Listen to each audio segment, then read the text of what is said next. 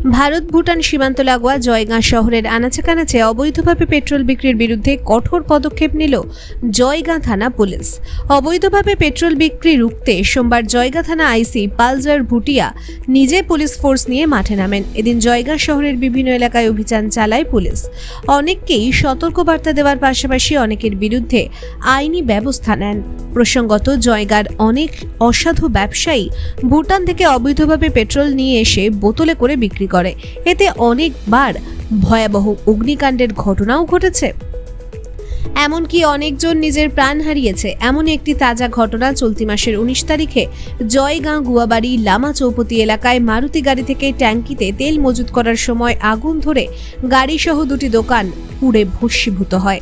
ঘটনার পরিপ্রেক্ষিতে এলাকাবাসীর দাবি উঠে অতি শর্তে এই অবৈধ কারবারের বিরুদ্ধে প্রশাসন পদক্ষেপ নিক। এরপরই পুলিশ সক্রিয় হয়ে ওঠে, তেল ব্যবসায়ীদের বিরুদ্ধে অভিযানে নামে।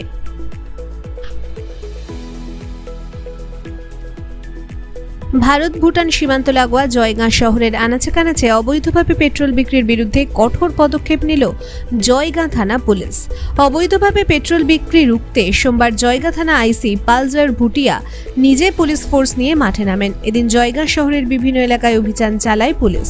অনেককেই সতর্কবার্তা দেওয়ার পাশাপাশি অনেকের বিরুদ্ধে আইনি ব্যবস্থা নেন। প্রসঙ্গত, জয়গাঁর অনেক অসাধু ব্যবসায়ী ভুটান থেকে অবৈধভাবে পেট্রোল নিয়ে এসে বোতলে করে বিক্রি করে। এতে অনেকবার ভয়াবহ অগ্নিকাণ্ডের ঘটনাও ঘটেছে, এমনকি অনেকজন নিজের প্রাণ হারিয়েছে। এমন একটি তাজা ঘটনা চলতি মাসের 19 তারিখে জয়গাঁ গুয়াবাড়ি লামা চৌপতি এলাকায় মারুতি গাড়ি থেকে ট্যাঙ্কিতে তেল মজুত করার সময় আগুন ধরে গাড়ি সহ দুটি দোকান পুড়ে ভস্মীভূত হয়।